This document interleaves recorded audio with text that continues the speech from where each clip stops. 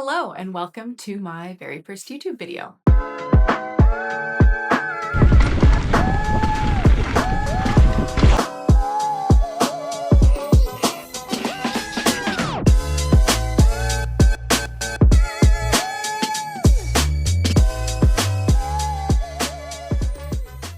So if you follow me over on Instagram, you'll know that I'm in the market for a new vehicle. Now, my lifestyle has changed a ton over the past few years and my little car just can't keep up anymore. I used to be a bit of a city girl and now I'm living in a small town. I mountain bike almost every day. I trail build through the winter. I've gotten really into trail running recently, and I also enjoy hiking and exploring the backcountry. So ultimately, I'm looking for something that's going to be reliable and capable on the logging roads and that I can haul tools and bikes with. Recently, I had the opportunity to partner with my local Toyota dealership, Comox Valley Toyota. I'm based in Powell River.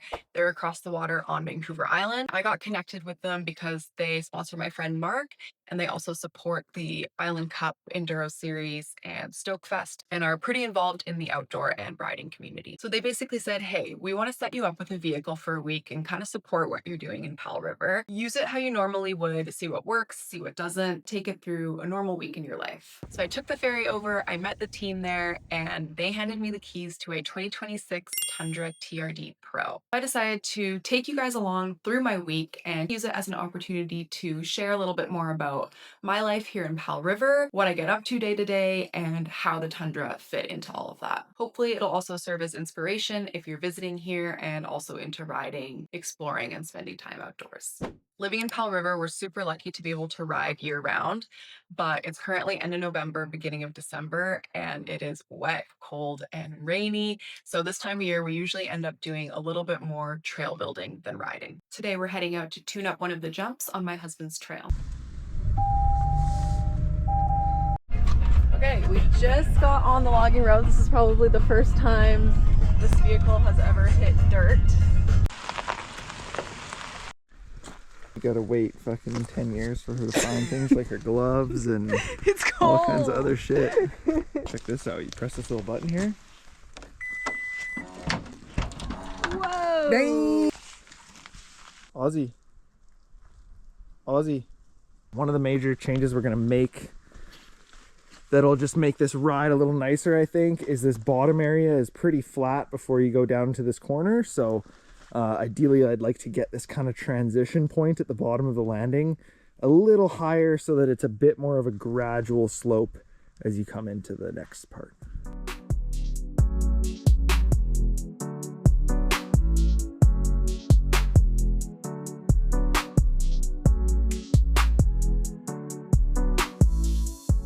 Didn't get quite as many buckets on here as I wanted, but still pretty good. It's getting dark, so yeah, I think we're gonna head out.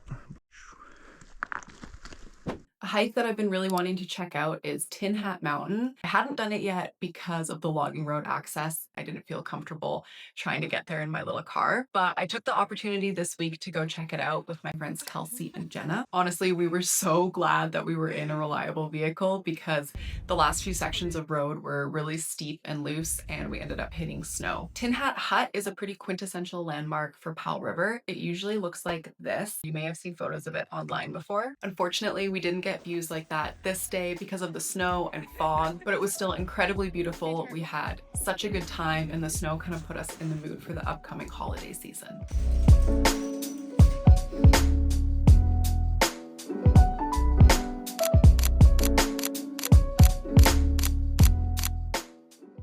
So normally at this point in the week, we would have been riding already, and that was the plan, but it was absolutely pouring. Actually, the week that we had the Toyota was probably one of the wettest weeks that we've had this season so far, and the trails just weren't in any condition to ride. So instead, we pivoted and we took our dog Aussie out for a long hike in the Duck Lake Trail system. It's a network of hiking and cross-country bike trails tucked into this really lush, dense green section of forest. This is one of my favorite places to go on a rainy day because the canopy is so dense that you're actually pretty protected from the rain. There's some beautiful waterfalls, and if you're into hiking, trail running, or cross-country riding, I would definitely go check this out.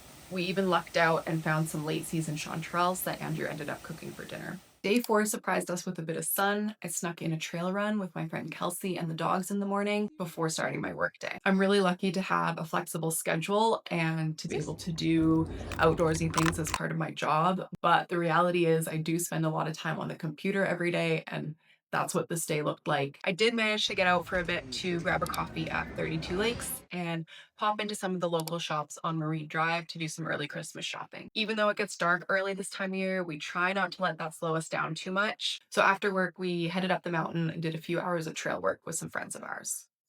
Okay, it's the weekend. It finally stopped raining, so it's time to ride.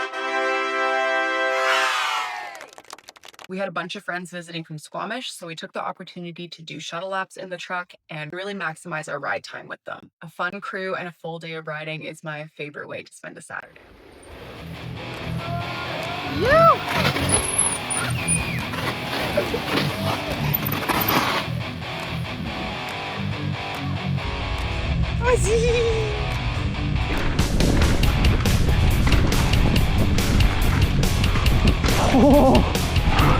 Oh my god.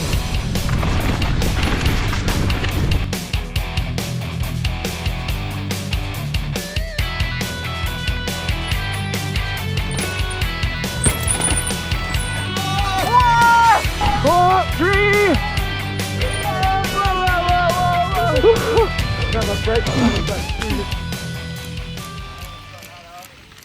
Like most good ride days, we ended it at Supercharger Pizza for dinner, which is one of my favorite local restaurants.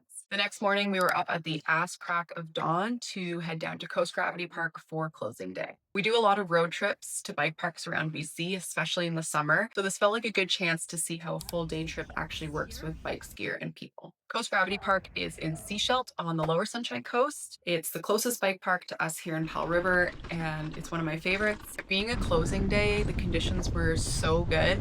We ended up seeing a lot of our friends from the lower coast and even the sea to sky, and it just felt like a really great way to wrap up the week. The last day with the Tundra landed on a Monday, so it was back to work for us, but we did manage to sneak in a quick ride before it got dark, and we also picked up our Christmas tree. Andrew actually proposed to me here 2 years ago when we were getting our Christmas tree. So this has turned into a bit of a tradition, and it's something that I look forward to every year. Usually we're stuffing the tree into our car or strapping it to the roof, but having the truck made it way easier. Okay, before I wrap this up, I wanted to share some honest thoughts about the truck after living with it for a week. Obviously, it's a brand new truck, so there's a lot to like about it. I will say that when I first picked it up, I was a little bit overwhelmed. I'm used to no frills, like my car still has rolly down windows and I don't have any AC. I have to manually lock it. Jumping into something that had so many bells and whistles took me a minute to figure out. One thing that everybody that rode in the truck commented on was how smooth and quiet it felt on the logging roads. It was honestly really noticeable. And another thing we really liked was having a box for our trail building tools. It keeps the interior clean, it keeps things organized. Because of that, I think we're leaning more towards getting a truck. Aesthetically, loved it. I was a big fan of the red leather interior. It's something that a lot of people commented on and it got a lot of attention. That said, having something so nice and new didn't always feel practical for how we live our life. We're usually quite dirty after a day on the mountain. We have a trail dog, and I found myself putting Ozzy at my feet most of the time because I didn't want him to get his muddy paws on the interior. Overall, we really liked the Tundra. We initially thought if we were to get a truck that we'd probably get a Tacoma, but after experiencing that extra cab space, I think we are leaning towards something bigger. I also want to just be transparent and say that Comox Valley Toyota was genuinely great to work with. As someone who works in marketing, I really like what they're doing over there with their marketing and their community involvement. This little collaboration felt like a really good fit, and I'm looking forward to maybe doing more work with them in the future. At the end of the day, this week was less about the vehicle itself and more about reflecting on how much my lifestyle has changed and really thinking about what's going to work for me at this stage in my life. Oh, okay. Thank you so much for watching, especially if you've made it this far. This was kind of my first time experimenting with long form content, and I'm looking forward to putting out more YouTube videos in 2026. Okay, bye.